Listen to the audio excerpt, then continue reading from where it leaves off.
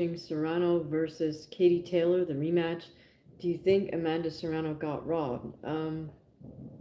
A very tough fight to score uh, decisively, mainly because, look, we only have 2 minutes, 10 rounds, and in that, because women's fights are only 2 minute rounds, that means there's got to be a lot of action within that 120 seconds. Sometimes it's very difficult because the rounds are so close. And in this particular case, I mean, both women were very technical. They're very tactical as well, and they look to aim, or they aim to land combinations. I would have to rewatch the whole thing again to really be able to determine if Katie Taylor decisively outlanded Serrano. I think it might they might have given her the edge due to her aggression. I'm not sure because it looked to me like Serrano was a little bit waiting to try to counterpunch. I really liked Amanda Serrano's right uppercut to the body. She's fighting out of southpaw stance, and that was an effective punch for her. But I think Katie Taylor was able to get off, just classic jab, right hand, left hooks, and in flurries. So that might have been what made the difference. So, hey, if you just tuned in, say hi. Let us know you're here. It looks to me like, oh yes, Amanda Serrano has a nice gash over her left eye. Of course, we're not supposed to be scoring damage. Oof, that cut is wide open.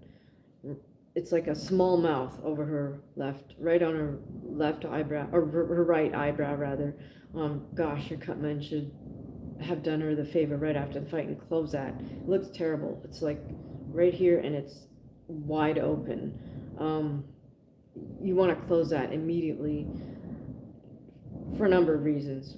One, for just health reasons, also to just try to get it closed so it doesn't scar. The longer that cut stays open, the harder it is to gonna be for it to close cleanly over the long run. Now, did Katie Taylor open that up via a headbutt? I'm not sure. Of course, Mr. Ariel Hawani is in the ring doing the post-fight interviews with both Katie Taylor and Amanda Serrano. Where am I from? I'm from the United States of America. Are you a boxing fan? That's what we're doing here. We're going to talk about boxing. I'm just waiting for the next fight to come up. We're just wrapping up with Katie Taylor versus Amanda Serrano. No, I did not watch that fight yet. Did you watch it?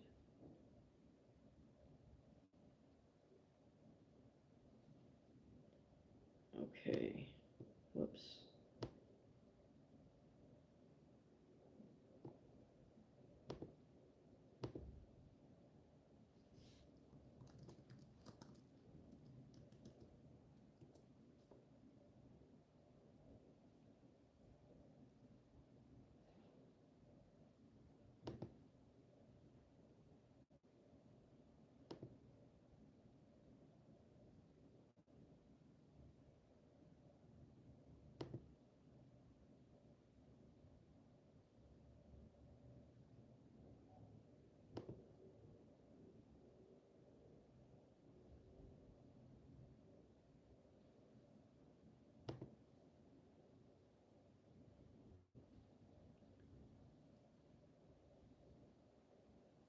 Hi, happy birthday. Is it BS Gaming? Bees Gaming?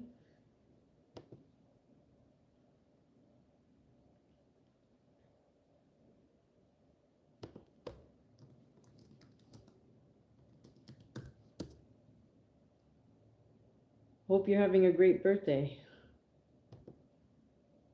Oh, wait a second. Here. Alright, guys, are you guys watching boxing right now?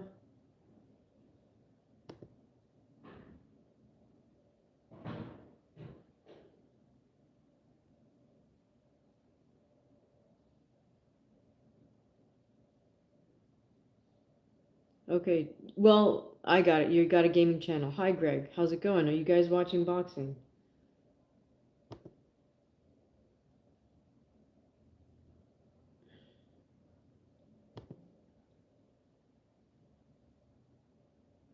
Oh, really? I hope you have the greatest birthday. Let's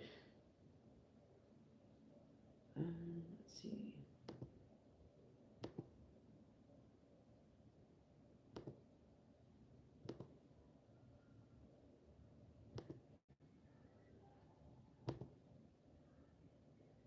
All right, so I think we're just killing time between fights here, guys. I'm not sure. I don't think there's any action right now.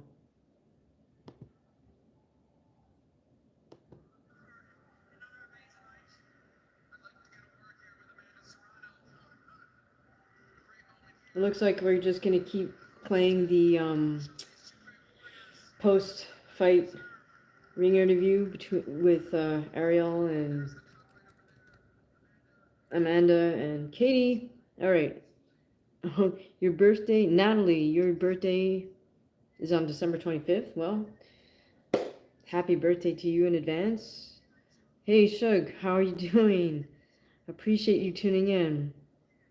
Yeah, it was definitely a great fight. I mean, again, I wish I'd been able to see all of it in its entirety, but I will rewatch it. Hopefully, it gets posted. And boy, oh boy, Amanda Serrano's cut man needs to like get with the program because that mouth on the just underneath her right eyebrow is just horrendously open. Sugar's telling us it was like Pacquiao Marquez. Only way for Serrano to be sure is for her to stop Taylor. The styles are too difficult to match gel. Yeah, I mean, I enjoyed what I saw because it's such a they were so technical with each other, and I feel like they put on a good show. Of course, the ref probably would have preferred a little bit less clenching, but I mean, that happens, especially in a righty lefty matchup. The good thing we didn't have their jabs canceling each other out. We didn't have people stepping on each other's feet, so that's the plus side for this one. Okay, again, looks like there's a bit of a delay here. All right, now Ariel's talking to, I guess, Serrano's coach. I'm sure they're gonna feel that they were robbed. Um, and what do you guys think? Was it an out and out robbery?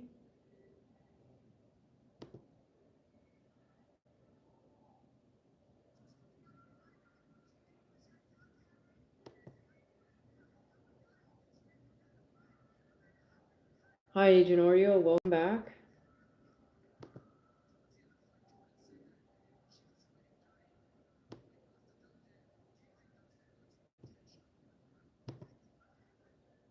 I mean, Ariel's asking Serrano if she thought the headbutts were intentional. I mean, especially in a righty lefty matchup, headbutts are going to happen. Sugar's telling us the ref did warn Taylor repeatedly before taking the point. First, it was the clinching. Right, I did see that. And then it was the headbutts.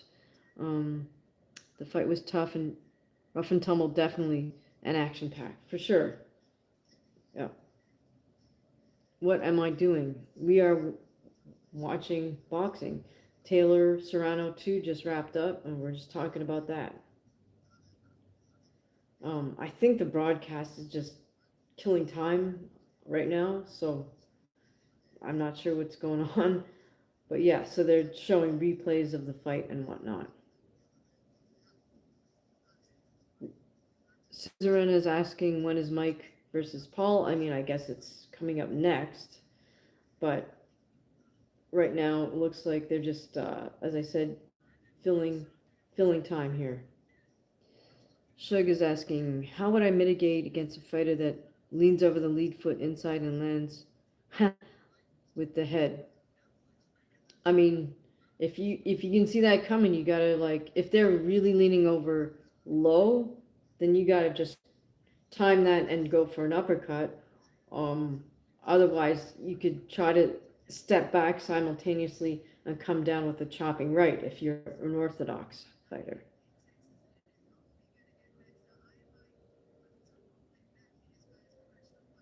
Okay, Agent Oreo's telling me that 8 divided by 2 equals 4.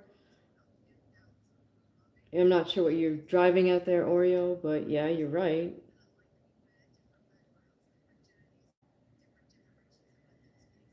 Okay, and Lord knows who we have on the commentary team here for this so-called fights. Right, Suzerain is saying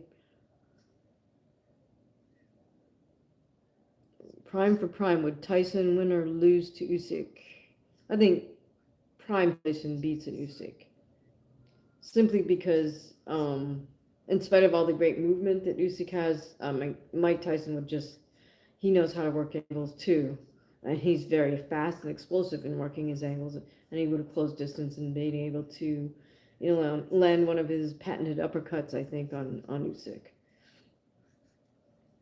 Sugar saying fight of the year candidate Serrano versus Taylor. I'm assuming you're saying now we're waiting to see if there will be a trilogy. Yeah, that's a tough one, Shug, only because I think Taylor's now 2-0, right, versus Serrano. So there's not really a rubber match, but in terms of just being a great fight, sure, why not, right? If the women want to do it again, um, I would hope that they could get 12 3-minute rounds instead of 10 2-minute rounds. But, I'm not in charge. The so-called all those governing bodies, all the boxing sanctioning bodies like the WBC, IBF, those are the guys in charge, not me. So, all right, Sugar saying, oh, Suzerain is asking about what about Holyfield versus Usyk. I think Holyfield would have would have defeated Usyk also. Um, Sugar saying 83, 88 Tyson, yeah, would be looking to cut off the ring and also stand up to Usyk. And then the hard favorite left hook of his. Yeah, I mean, Mike Tyson in his prime, I don't see any of the heavyweights now beating him. Right, excuse me for one sec, guys. I gotta just step away and shut one of my windows because it's getting a little bit chilly in here. Be right back.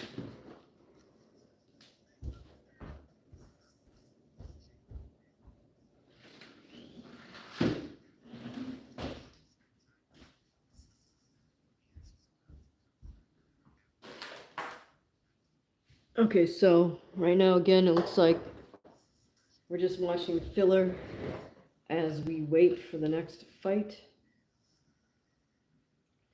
Agent Oreos, I guess you're asking me if I like school because you hate it. Well, that's how I make my living, teaching. So it's not about me liking school or not. Actually, when I went to school, I did like it for the most part. Now, I don't know, Agent Oreo, if you're in high school or college, but I hope if you're in college that you like it. If you're in high school, I can understand why you don't like it because you don't have much choice, right?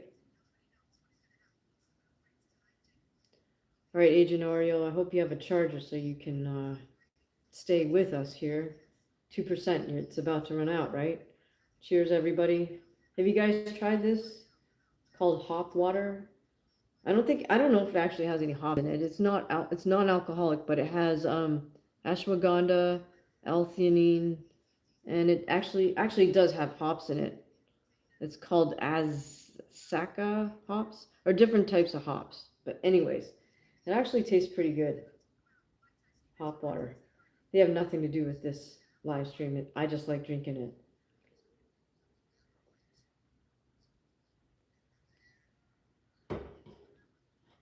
All right, guys, help me out here. Who is this doing the live commentary on their broadcast? Please tell me that's not Cedric the Entertainer, although it kind of looks like him. I know it's Andre Ward in the middle there. Sugar's saying, I'm such a lightweight. If I drink 7-Up, I'm tipsy. That's funny. 7-Up, the Uncola. Never had it, never will, right? Gotta take my vitamins too.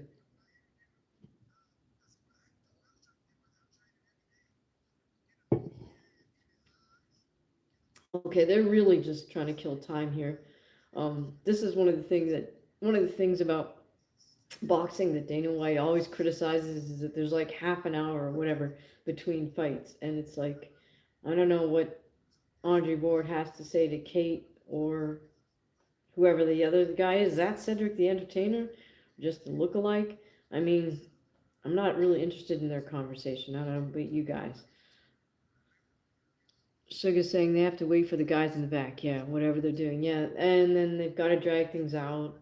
I don't know. I don't know what's. It's just it's just not good use of airtime in my opinion. But again, I'm not in charge of any of this. So, do you guys take vitamins? I take supplements like 4 times a day. It's so much fun.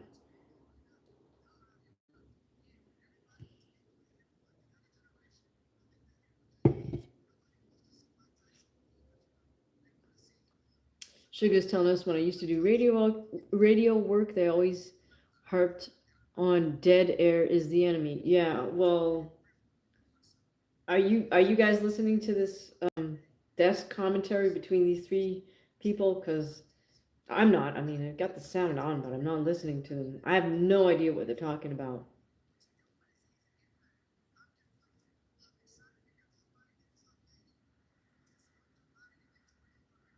Because as far as I'm concerned, out of those three folks, Andre Ward's the only one that knows anything about boxing. So what's he gonna do? Have a conversation with himself about boxing?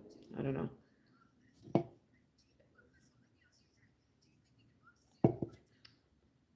Shug says, I treat this type of time burning as extraordinary rendition, waterboarding. Yeah, it's kind of torturous. That's why I've got them on very low volume.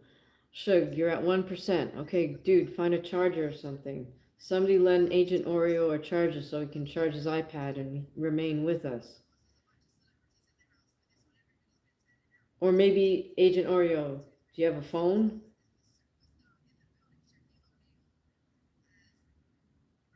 A laptop? Oh man, now we're flashing over to the audience and someone's talking to, I guess it's Shaquille O'Neal. Shug, when I see that dead time, I want to fight. Yeah, I mean, don't blame you. Not really interested in what Shaquille O'Neal has to say about any of this. Whatever those guys were talking about, I sure hope they gave Amanda Serrano and Katie Taylor their props for putting on maybe the only, or maybe the best fight, maybe the only legit fight. I don't know. Okay, Agent Oreo, it's charging. Good news. Hopefully you get back up to at least 25% soon. Okay, so now Shaq is here with somebody else I don't recognize because I'm not a huge basketball fan or football fan, so I don't know. Oh, it is. Oh, my bad. It is Rob Gronkowski. Again, I'm not really sure what these guys have to say about boxing. Shug saying everyone's having a huge adrenaline dump after that fight. What a night, yeah. Um, Hopefully this dead time doesn't drag on for too much longer. It's 8:38 in on the west coast of the United States of America, which means it's 1 or 2 hours later in Texas. So it's either 9:38 or 10:38 p.m. in Texas. Sugar's saying, are the 2 minute rounds in ladies boxing enough time to invest? No, in the body to set up stuff for later, or is it not enough time? That you hit the nail on the head, Sugar. It's not enough time because even if you land a good body shot within the first 60 seconds, now that other person only has to last another 60 seconds, right? Then they get to sit down on the stool and kind of recoup for another 60 seconds. So if there were 3 minute rounds and you landed that body shot within the first minute, or minute and a half even, your opponent would still have to last out another 90 seconds, and you might be able to get to them, say in the last 15-20 seconds. So makes a big difference. Agent Oreo is asking, did I vote for Trump? So here's the deal. This is an apolitical channel, so that's about it. Sugar's saying it's 8:38 where you're at, 7:38 a.m. where I am. Oh my gosh, yeah. I can't believe you got up this early to witness boxing, Sugar, but you must have gotten up at like 6 or something. Holy cow. So I hope you enjoyed that fight. So I take it it's already Saturday morning where you're at. Is that correct, Sugar? Boy, oh boy, we're back to the desk, and Kate and um, Andre Ward and whoever is are still talking to each other.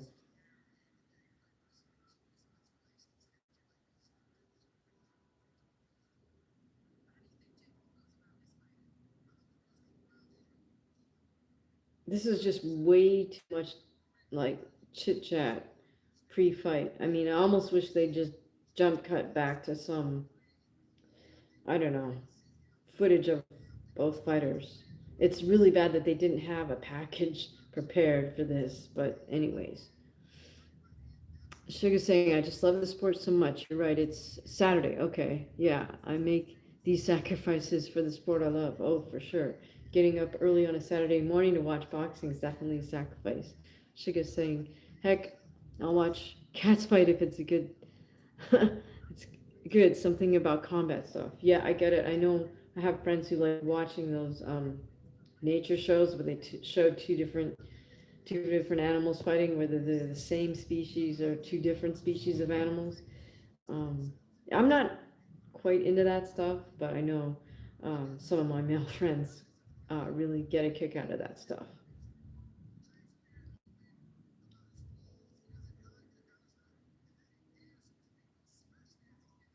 I can't believe these guys are going to actually talk about how they think Paul Tyson's going to go down or something. But, anyways,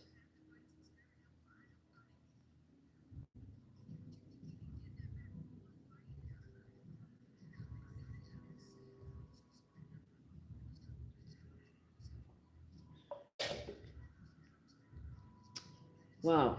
Um, Sorry we're dealing with all this dead time, guys, but that's all that's going on right now is just three people having a conversation about presumably boxing. But at this point, how, what is there to really talk about? I honestly feel this is really more about publicity for Mike Tyson. I mean, he's got a number of enterprises rolling, so it's almost like he's getting paid to put his brand out there.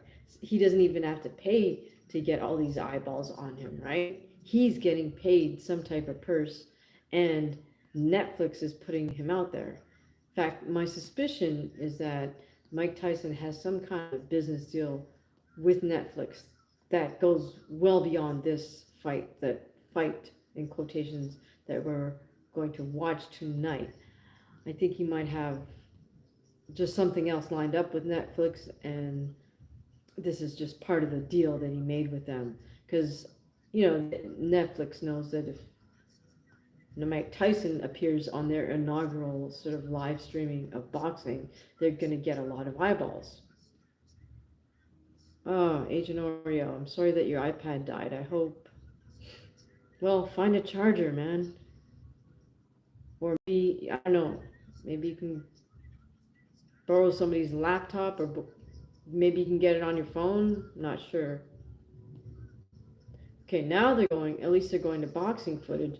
They're showing old footage of Mike Tyson in his heyday with his solid black trunks. It's funny, he's fighting at the Trump Taj Mahal, so you see Trump on the ring pad. Uh, Sugar's asking, when you were a fighter, did the crowd roaring or the reactions ever throw you off, or could you tune it out? No, I mean, I don't remember the crowd ever bothering me really. I mean, I was really more trying to listen into my my trainer's voice. That's kind of what trying to program yourself to do. I mean, even in sparring, just being able to hone in on, that one voice that's yelling instructions at you. Okay, so they're still showing footage of Mike Tyson knocking people out. Okay, now now they're gonna cut to Tyson versus Douglas. Okay, probably one of the most famous upsets ever in the fight game, period. Okay, Sugar saying, do I have any memorable ring walks, walkout music? Not really. I mean, that was never really one of my big things. I know some of my friends are really hyped about what their walkout song was going to be and all that, and I kind of never really got into that. All right, guys, sorry, my stream is just freezing up a little bit. Ah, here we go.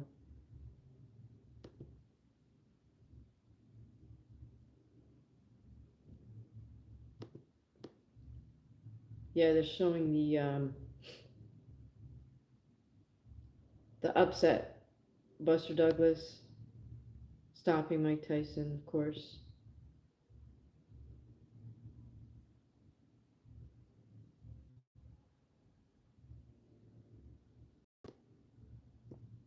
And now they're showing Mike's exhibition with Roy Jones. So they're, yeah, doing the whole back down memory lane type thing for Tyson.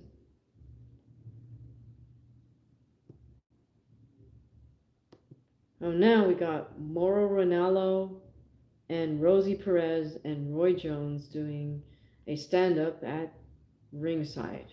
So more dead time, guys. All right.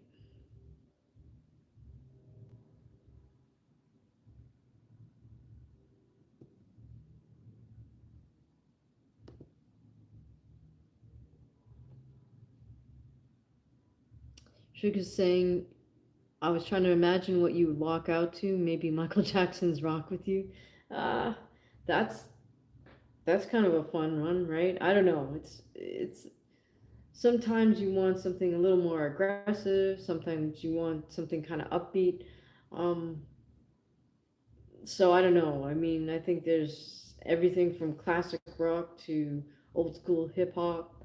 That would make great walkout music. Oh, so goodness. Again, we got two guys and a gal talking about whatever, presumably boxing. At least more of Ronaldo is kind of entertaining.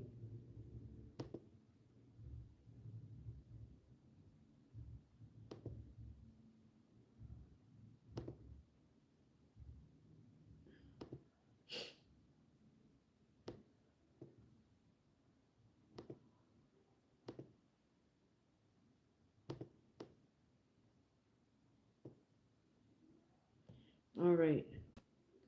Who else is here? We got Suge and Agent Oreo. Who else is in the house? Okay, so now we got Mr. Announcer. Got the American flag. Who else is here? Are you guys watching this fight in quotations live right now? We got Tori Kelly singing.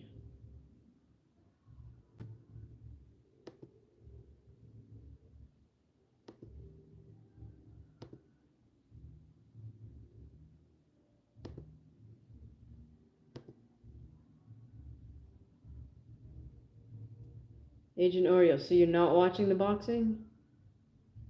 All right, who else do we have here? Along with Suge and Agent Oreo, we are watching Mike Tyson versus Jake Paul.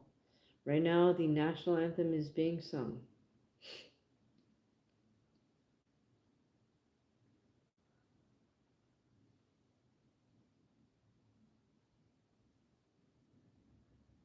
Agent Oreo says he has to go. Okay, so and have a good evening. Have a good evening, Agent Oreo. Thank you for joining us.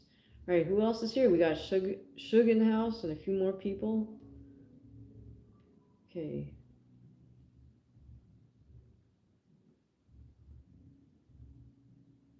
Nice showing of people in the audience standing for the Star Spangled Banner. Sugar saying, "What a crazy time! Never thought I'd be seeing streaming and boxing." Yeah, it's true. I mean, the whole live streaming thing instead of using terrestrial TV, I guess. Uh, yeah, now it's, I mean, everything is streaming, right? The whole notion of having to have a cable is pretty much obsolete. Um, it's almost like, of course, we're in the Truman Show era, right, where everybody gets to make their own content, broadcast their own life live, get to be the director and the talent at the same time. Interesting. They just cut to an Asian man and woman and didn't bother identifying them, so I don't know who they are. Keep cutting to different people in the audience that I suppose I'm supposed to know who these people are, but I don't. So tells you how much I pay attention to celebrities.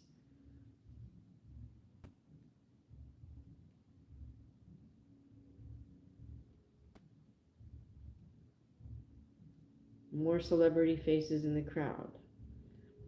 Sugar saying, I remember the days of Showtime and HBO, but how times have changed. Yes, I do remember Showtime and HBO. HBO was like, of course, the pinnacle of boxing. If you made it on HBO, you were something. I remember the movie channel. Man, I feel old. Well, you're not alone, Shug. I remember when I used to spar at Gleason's gym.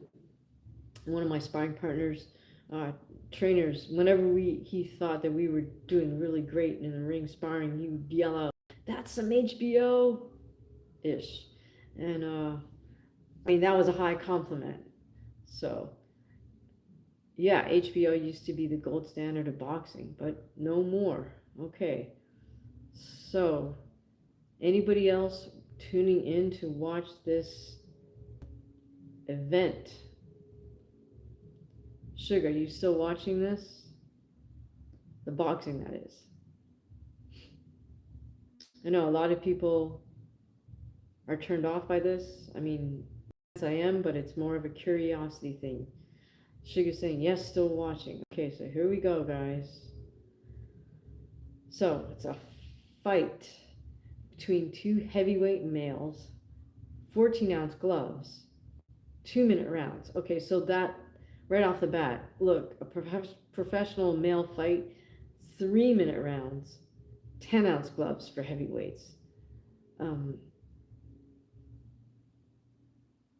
so it's like a hybrid exhibition and pro fight. So whatever. I guess they got the Texas Commission to bend the rules and say, okay, this can be a professional fight even though it's 14-ounce gloves and 2-minute rounds. Um, so should we go back to your point that in a 2-minute round, 1 minute rest, it kind of changes the landscape of the fight. All right, so now, oh my goodness, they're telling us all about, what a great person Jake Paul is.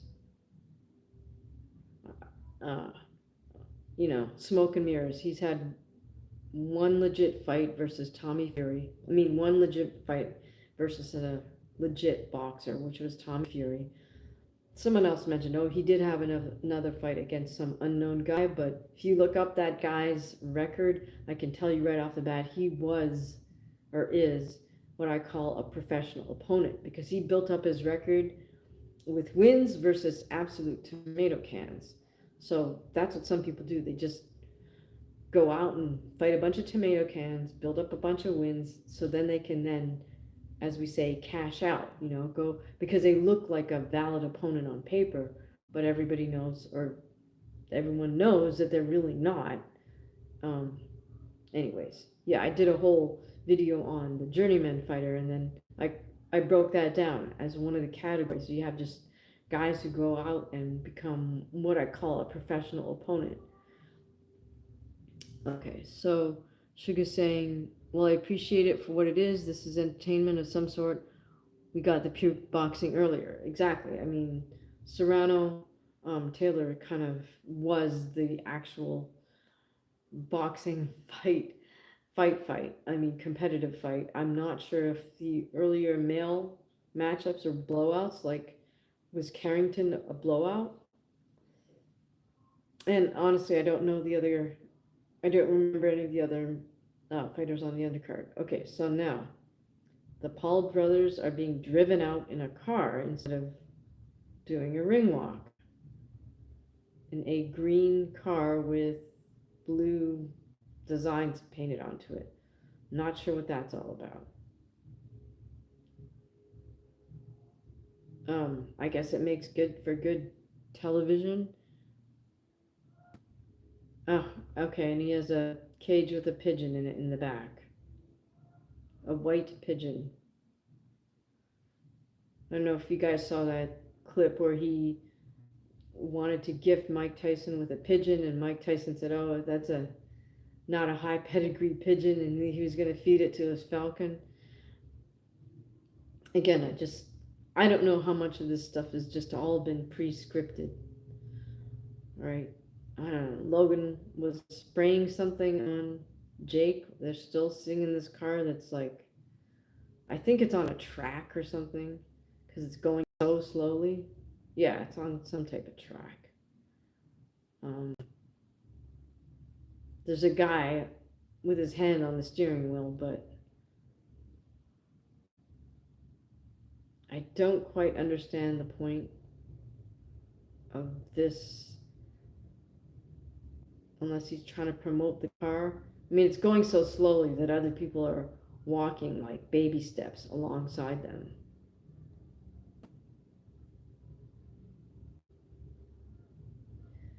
Okay, again, I've got this sound off, so should you tell me?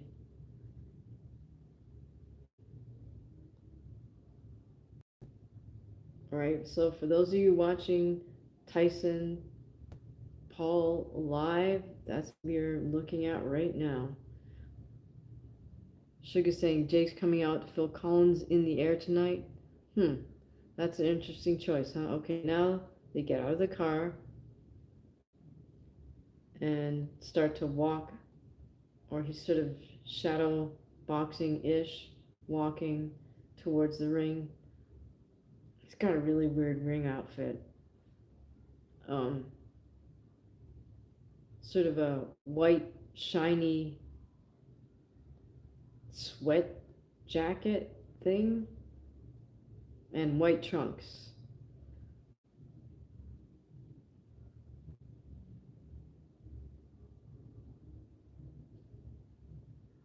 Yeah, I think I remember Phil Collins as well. I don't know that I'm young and energetic, but I just try to find.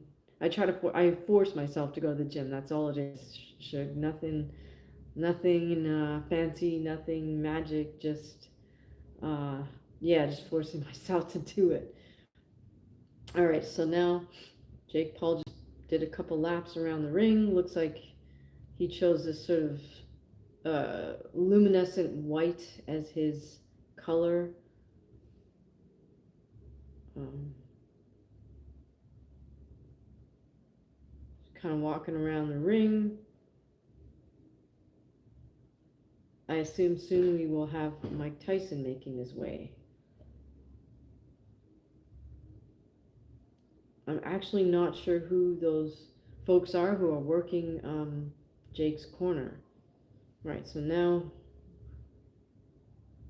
we're announcing Mike Tyson and all his accolades with boxing, which are actually really was the youngest heavyweight champ ever. He was undisputed heavyweight champ from 87 to 90. Um,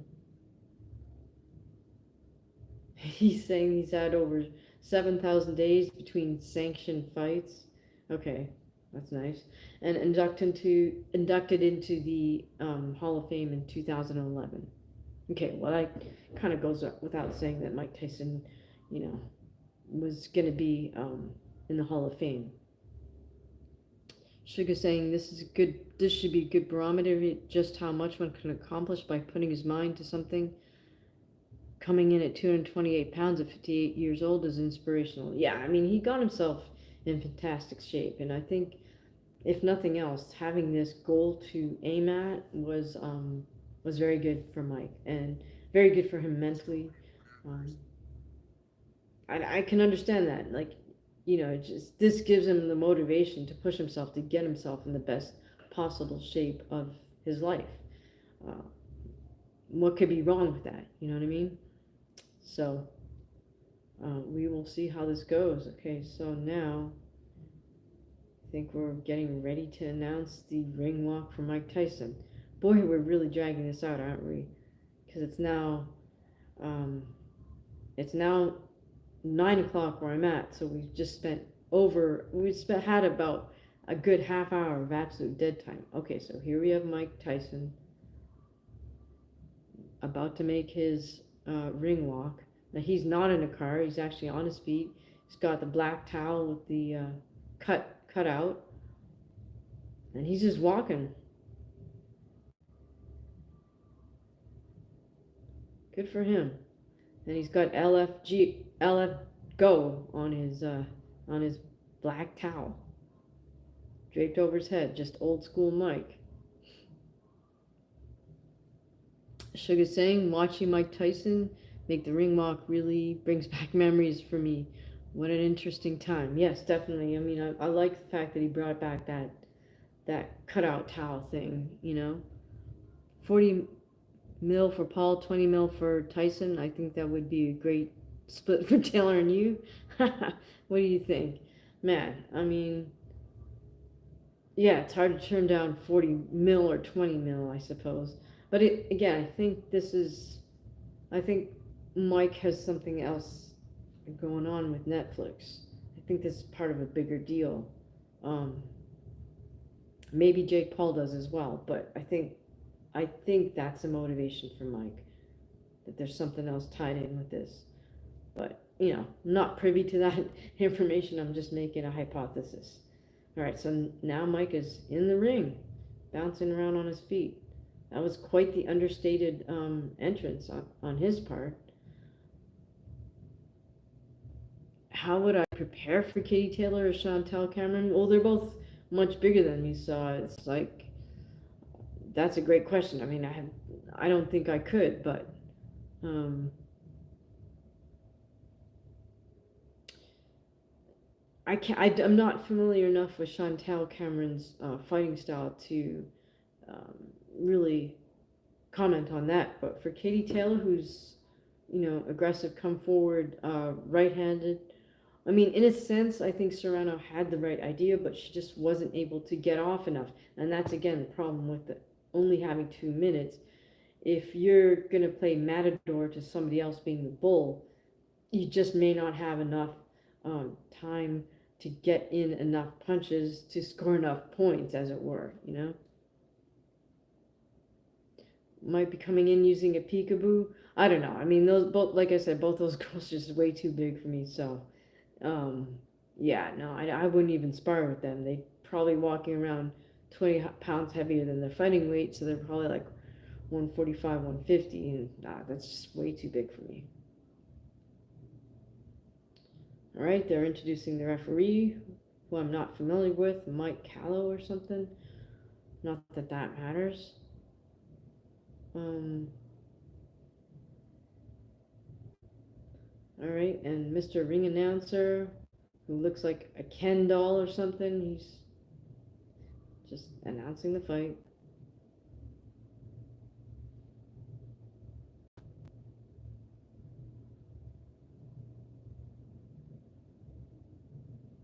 All right, are any of you guys familiar with who's in Jake Paul's corner? Sugar's saying, I was hoping for Sparkly or Harvey Dock as ref, but both no nonsense, but also allow the people to work. Right.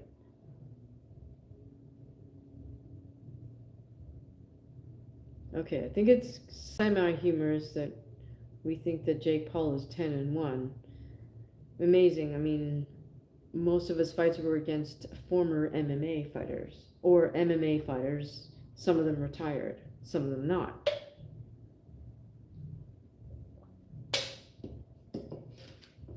So amazing what smoke and mirrors can do for you, right? All right.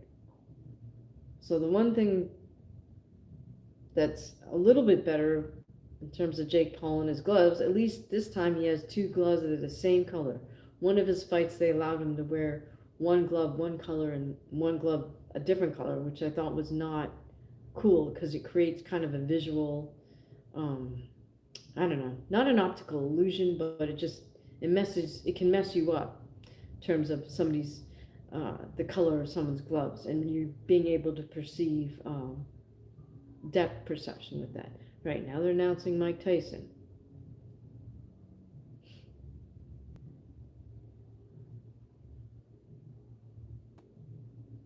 I'm not sure who's in Mike Tyson's corner either.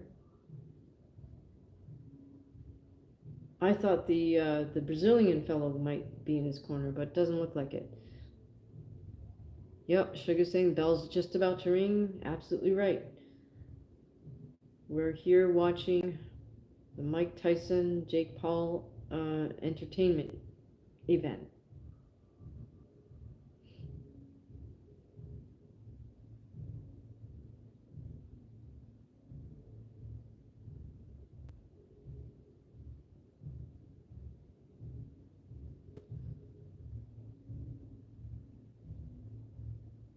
All right, we got both men walking towards the center of the ring.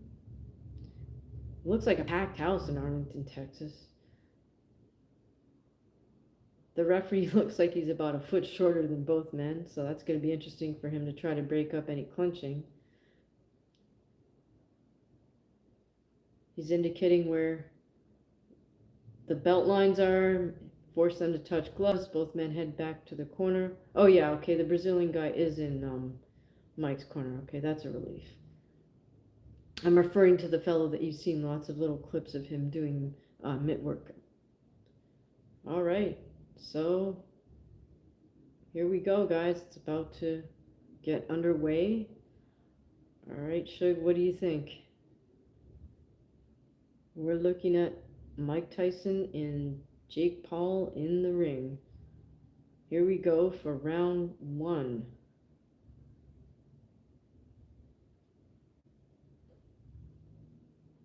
And we just are underway. Both men fighting out of a righty stance. And right away, Mike's using his fast feet to try to close distance. And Jake Paul falls into a clinch. All right.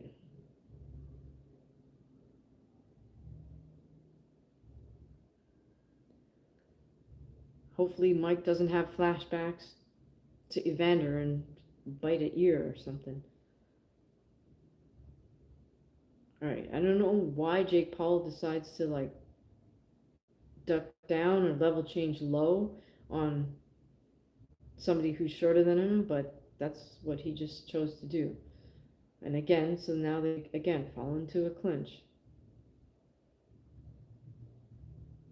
This ref is going to have his work cut out for him tonight.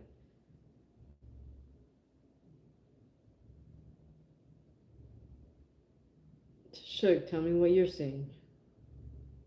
Fortunately, my stream is a little bit slow, so.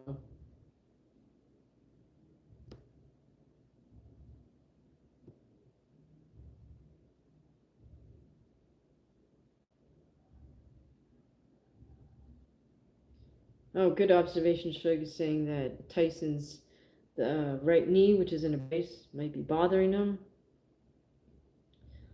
Tyson is the one pursuing Jake Paul.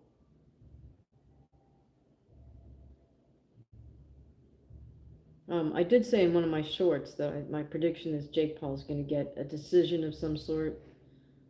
And, you know, for all the Jake Paul fans who are not really boxing aficionados, they'll think that's like just something incredible.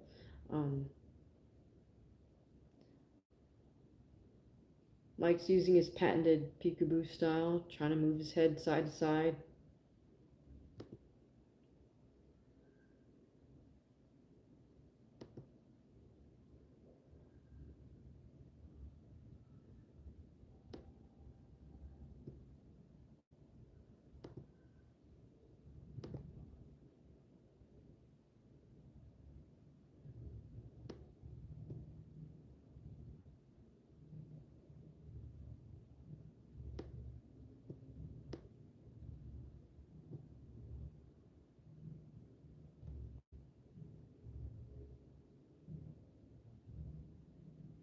All right, tell me what you guys are seeing. Who do you have ahead? Is Mike? Do you think Mike's doing all right?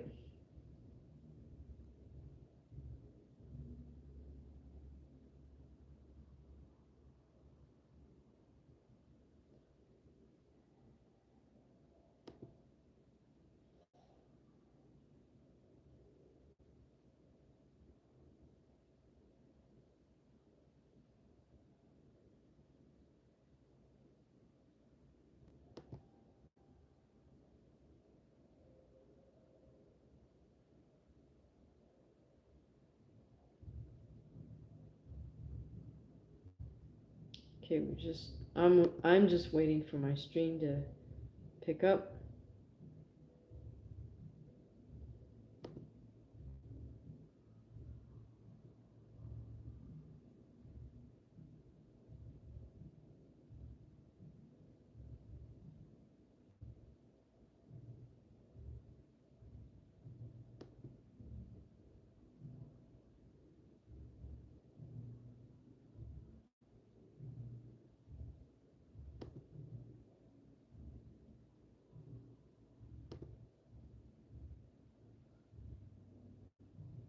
How do you guys see this going? We're looking at Tyson versus Jake Paul. Sorry guys, my stream for whatever reason seems to have jumped backwards in time, so now I'm gonna be behind. Now I'm way behind you guys. Huh. So Sugar's telling us that Tyson looks like he doesn't have enough pivot on his legs. Could be. I mean, the knees are definitely a joint that goes right, like right off the bat. Not right off the bat, but like that's one of the first joints in your body that are gonna suffer or wear out. Your knees, just not well designed mechanically.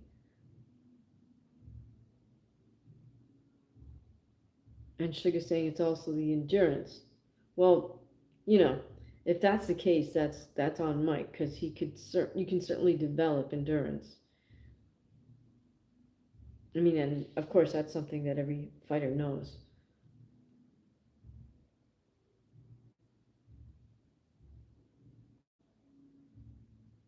Now the problem with that knee for Mike is the fact that he's very much a ground-based fighter, right? Like he develops his power from the ground up, so he needs that flexion in his knee to generate his power.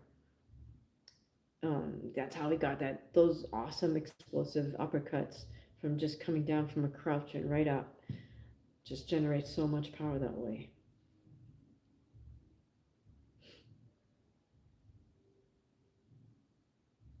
All right, guys. So I apologize because now my stream is completely lagging and kind of repeating itself. I'm not sure why.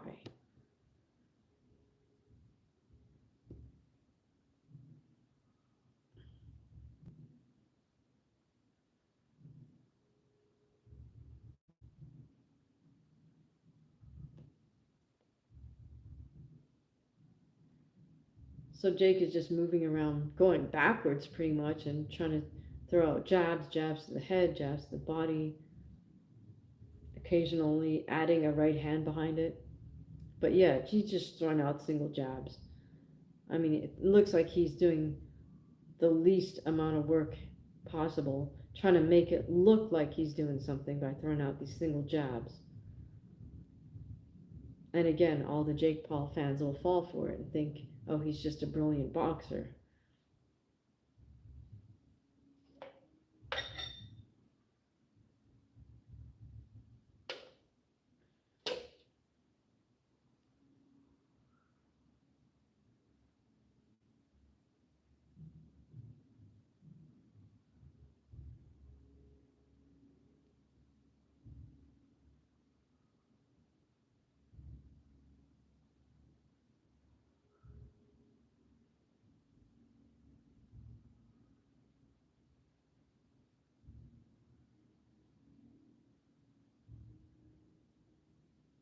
Oh, so this is interesting that the signage that's on Team Tyson, Byte, BYTE, Couldn't quite catch some of the other logos that he's advertising. So again, he's getting tons of eyeballs on these his other enterprises, right?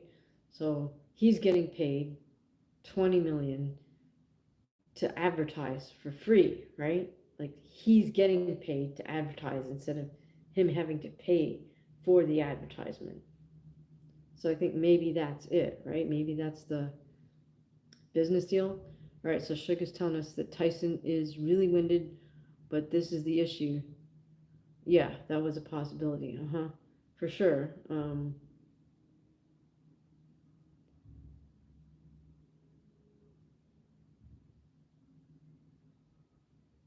Yeah, I think they're just gonna give Jake Paul a decision.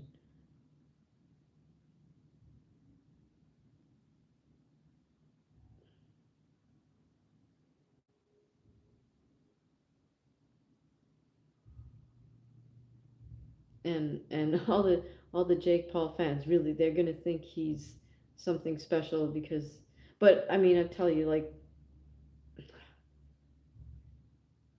he has all these. If you know boxing, Jake Paul just has all these like really bad habits, but he knows how to fake it to make it look like he knows what he's doing.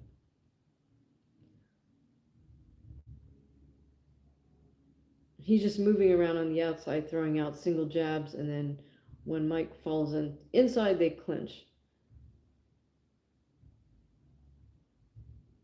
Mike's just trying to take very small, measured steps, which is fine, but he does need to throw more to get inside, right? Still got his peekaboo guard up, also fine.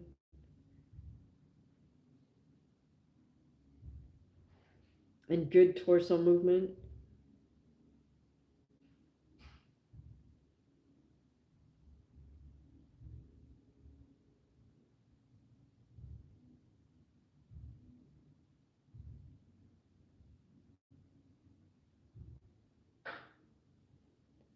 So I'm just wondering if Tyson just figured he just has to do enough to not get hurt, and that's all he's trying to do, or I don't know. It just looks like a slightly dialed back version. I'm not sure how much he's really putting into this fight in terms of bad intentions. What do you guys think? Does Mike have any real bad intentions here?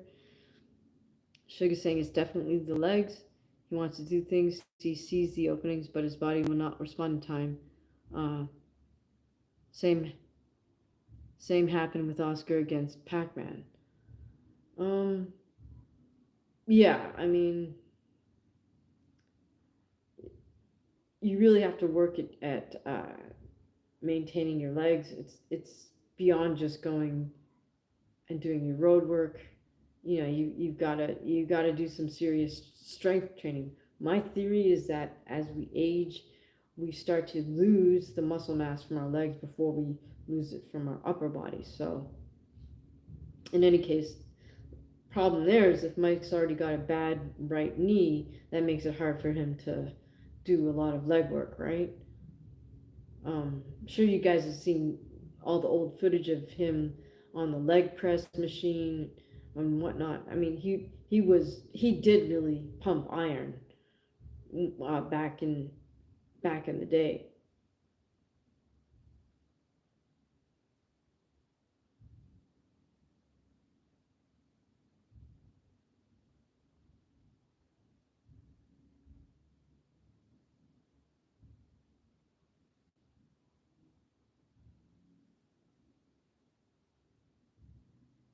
Well, what's interesting to me is that Tyson really doesn't have a lot of signage on his trunks. It's all on his cornerman's jackets and whatnot. So, in terms of you know selling the real estate on his trunks, I guess he just opted not to, or maybe both men had an agreement not to. I also think it's interesting. One guy's wearing the white, one guy's wearing black.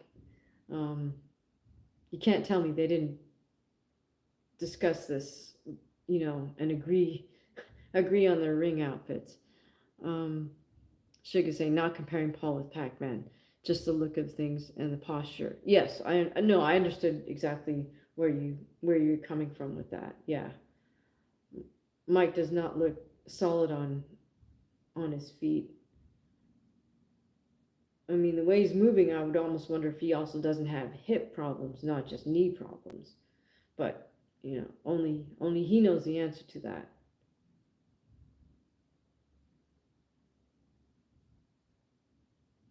The other question is, I just wonder how much of this is him really putting forth himself at 100%,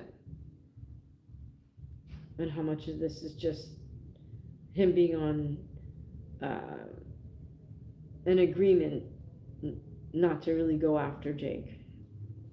Just my theory.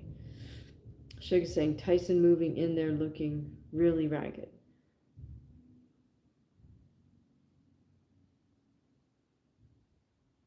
Yeah, again, I have it muted, so I don't know, can't tell you what they're saying in the corner either. I mean, Mike is showing some decent head movement, um, but after a point, just any type of volume is going to get to you if you can't uh, put a little bit of fear in your opponent with your own offense. Oh, big promo for Celsius. Celsius is taking the majority of that canvas in terms of their advertisement.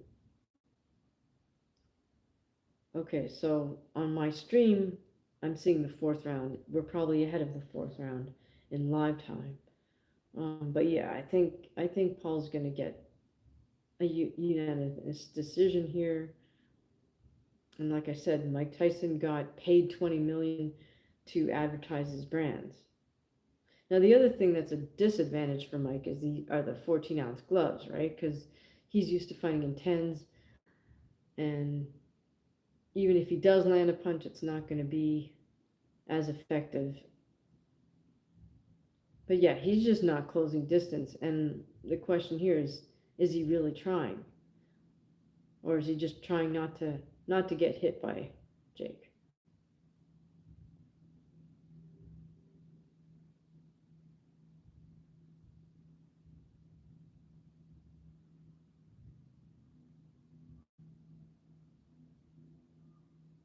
Yeah, he's using these very slow steps, very slow, small steps. The thing else that I like about that is that he'll stay on balance, but he's not doing enough to close distance and get in underneath Jake. Jake's getting away with just throwing single punches, and then very sloppy combinations where he his he leaves his guard open while he throws a combination.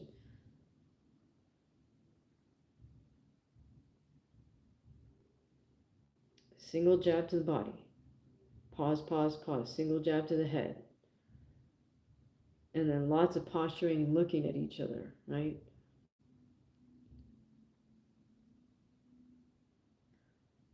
Sugar saying so much of a boxing depends on legs, so for Tyson to not have that is a major problem. Oh, for sure. Again, I don't know what's going on because it looked like in a lot of training footage that his legs were all right, but you know, again, how much of this is serious bad intentions on his part?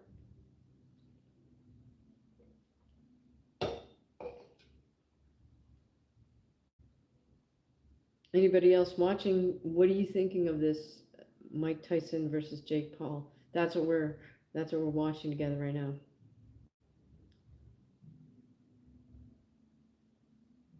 Yeah. So my prediction now is, of course, Jake Paul is going to get a unanimous decision.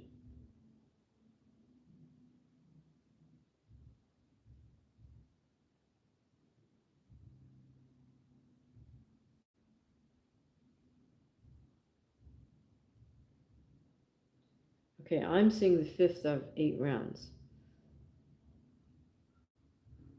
And again, there's just not enough output from Mike, and he's not closing distance.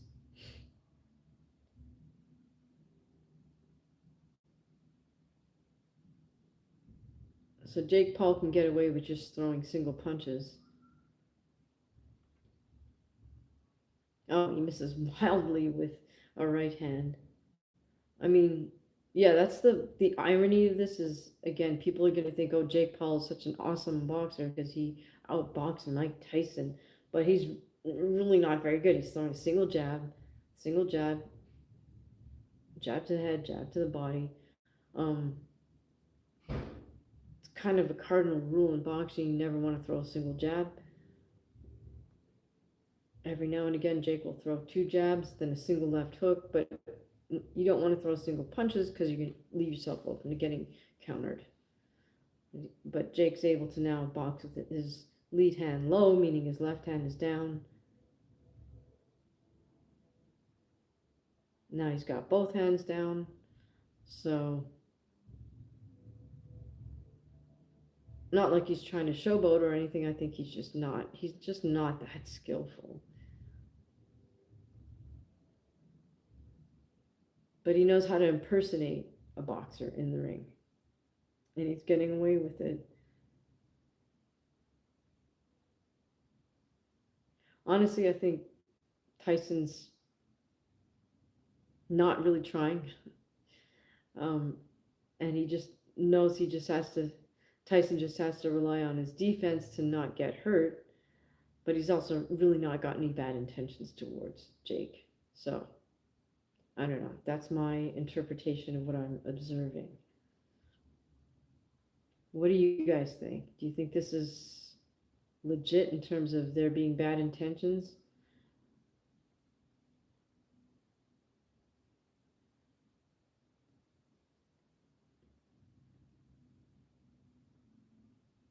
Dunlop Law, BYTE. I'm just looking at the signage on Mike Tyson's corner.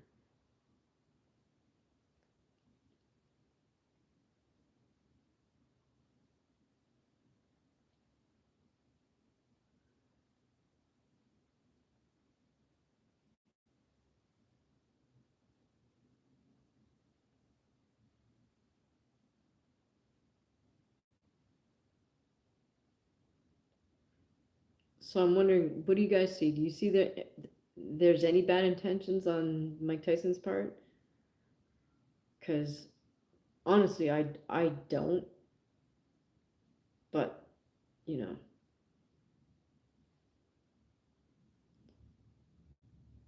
do you think this is a clean sweep for Jake Paul?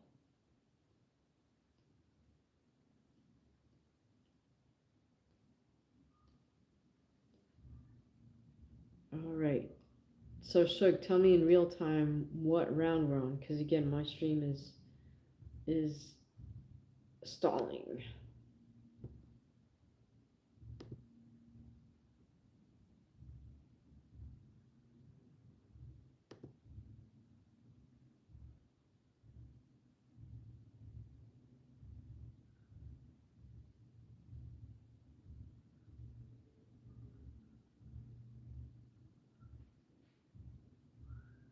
Ligma saying sad to see. I'm assuming you're talking about Tyson.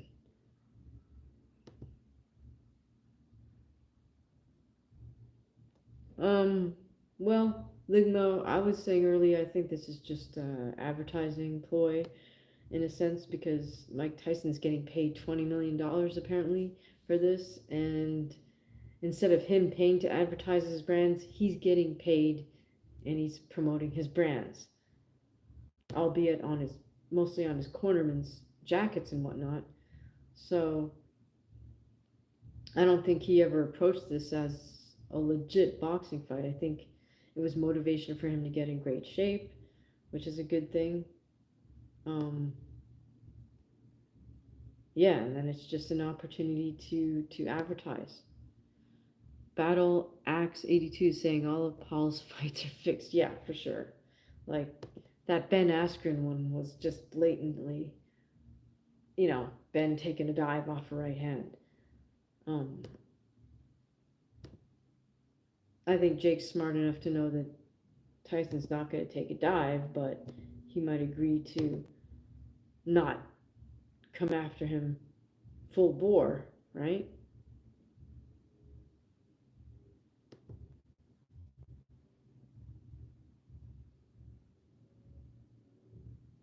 Oh, I think this guy worked. I'm wondering if this guy working Jake Paul's corner is this guy that we used to call No Neck, first name Mike. It kind of looks like him. If he did, oh man, he hit big time, right? Battle Axe 32 saying allegedly a script is leaked online for this fight. Yeah, I mean, I think most people figured this thing is scripted. My prediction in my short was that, it's going to be a unanimous decision for Jake Paul. I mean, Sugar's saying this shows Tyson's time has long since passed and Paul did a little bit of something. Now let's see Paul versus Canelo. Yeah, I don't think that's funny. Um, Honestly, Sugar, I don't know how much of it is about Mike Tyson's time being passed or him just agreeing not to try to hurt Jake Paul. Because Jake's giving tons of openings by just throwing single shots, and his right hand is not straight, it's curved. All right.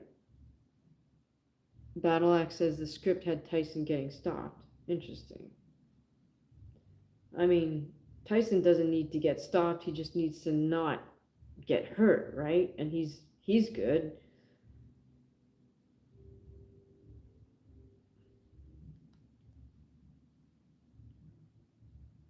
But I mean, Jake will win this fight just by throwing single jabs all over the place.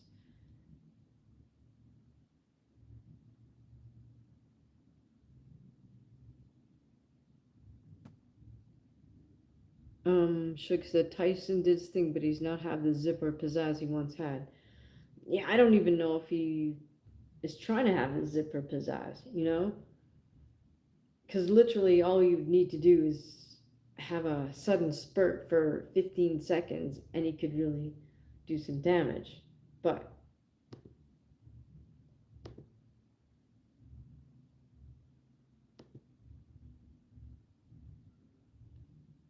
it's almost as if Mike literally took a chill pill before he stepped in there. I mean, he's just moving around on the outside, occasionally throwing a punch, and then just rolling under nicely, showing nice defensive moves, but, not bothering to score.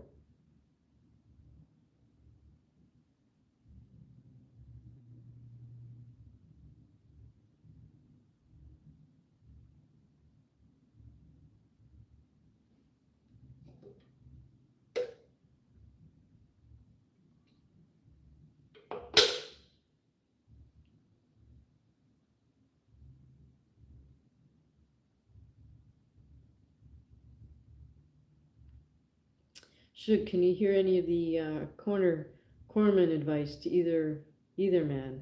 I'm curious to hear what I'm curious to know what Rafael Cordero is telling Mike, but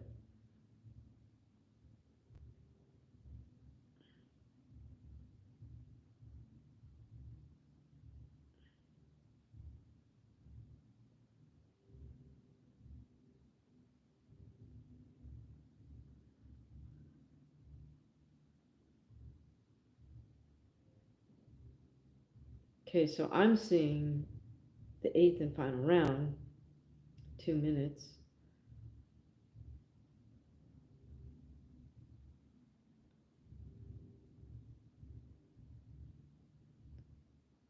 Tyson looking a little more lively in terms of his movement now. Sugar saying, could I repeat the question? Oh, well, for me, the fight has already happened. All right. So my question was, I'm seeing the eighth of 8 rounds right now, but I'm my stream might have been lagging, so the fight might already be over.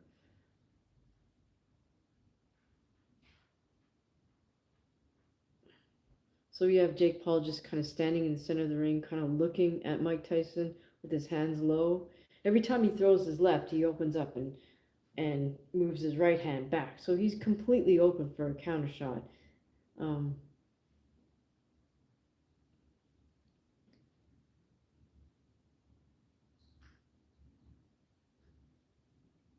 It's almost as if Mike Tyson said, "Okay, I'll agree to just work defense. You throw the shots, and I'm gonna work my defense here."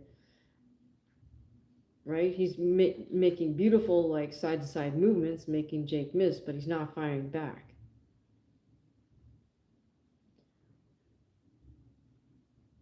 Sugar Singh, yes, I know. Yeah, for sure. There's some lag on my side.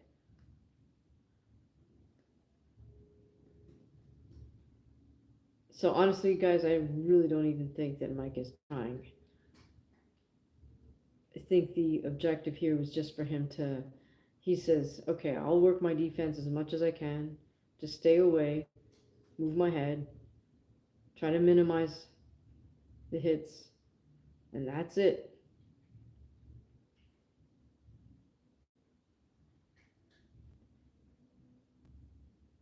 Right, end of the fight. Both guys kind of embrace, if you will. Again, I can't hear what's being said.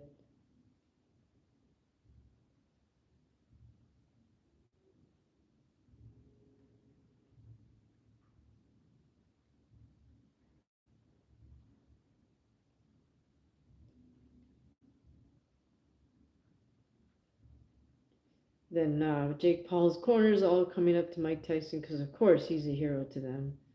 I honestly think one of these dudes working Jake Paul's corner might be this dude called Mike who moved from Brooklyn, Gleason's gym, to Las Vegas. Um, Completely questionable credentials. That guy completely lied about his fight career, which didn't exist. Um, Anyways, but it's not the first time someone who's a BSer in boxing has made it pretty far. Now, not trying to hate on the guy, but if that's him, that's his story. Right. So looks like clean sweep for Jake on the scorecard. But again, we're talking about 8 2-minute rounds of 14-ounce gloves. And I suspect a Mike Tyson who had agreed not to do much more than work his defense. So, what do you guys think? Do you think that was 100% scripted, 90% scripted? Um,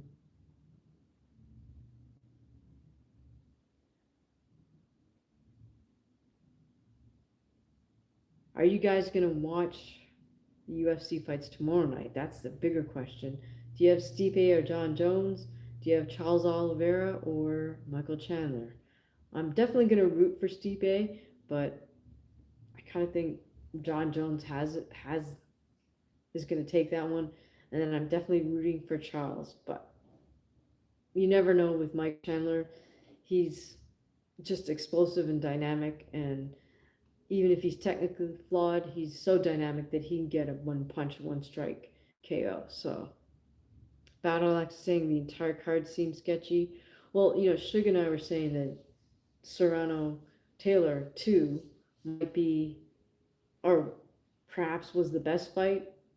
It was a legit fight. I mean, both women came to fight, and both women sincerely did want to beat each other. There's nothing scripted about that. I would imagine that some of the other fights on the undercard were um, were very lopsided. Okay, Haas Delgado is saying Emlate Serrano won. They gave the fight to Katie Taylor again, so I mean, I'm sure there are folks who feel that Amanda Serrano was robbed. So, what do you guys think? Do you think Tyson just completely held back on this one and agreed to not go to use too much offense? It's kind of what it looked like to me, but only Mike Tyson knows.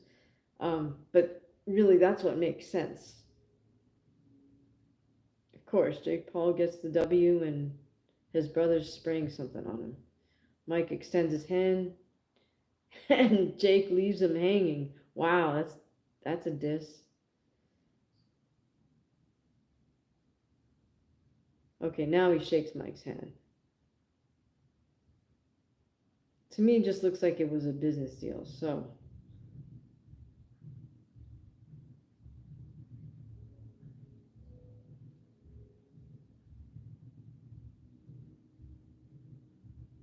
wow.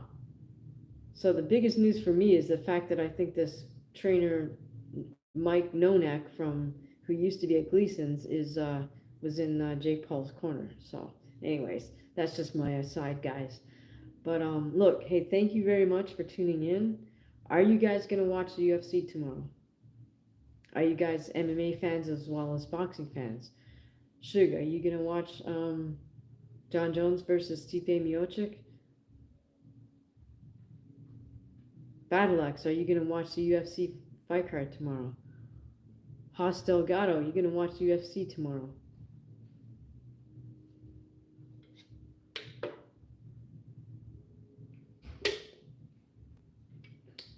Have any of you guys tried this? It's actually pretty good. 0 calories, by the way. All right, so I don't really care to listen to the post-fight um, in-ring interviews. So, okay, Suge's telling us I might check out John Jones. I don't know if I have enough in the tank. Looking and feeling if I can ring. You mean just like I guess it will be pretty late. Will it be pretty late your time? If it's 12 hours difference, then it'll be yeah. I guess it'll be super early in the morning for you, Shug. So I understand if you're not going to tune in. Am I streaming again tomorrow for the UFC? Yes, I'm going to try to do that. Battle Axe can't promise because it always depends on if I can get a stream, but that's my goal. So yeah, please consider subscribing to Hamaguchi Fight. That's the name of this channel, and you know subscribe to the notification so it'll let you know when I'm on and when videos are posted. Right, Sugar saying I had a lot of excitement tonight. The house is full. Oh, good. Okay, people are pumped up, so I might find a quiet room and sleep. Okay, sounds like a plan. All right, guys. Well, I appreciate you guys tuning in. Thank you so much. Again, please subscribe to the channel, hit the notification button so you'll know when we're going live and you'll know when we post a new video. I appreciate you guys tuning in. Thank you so much. I'll see you the next time.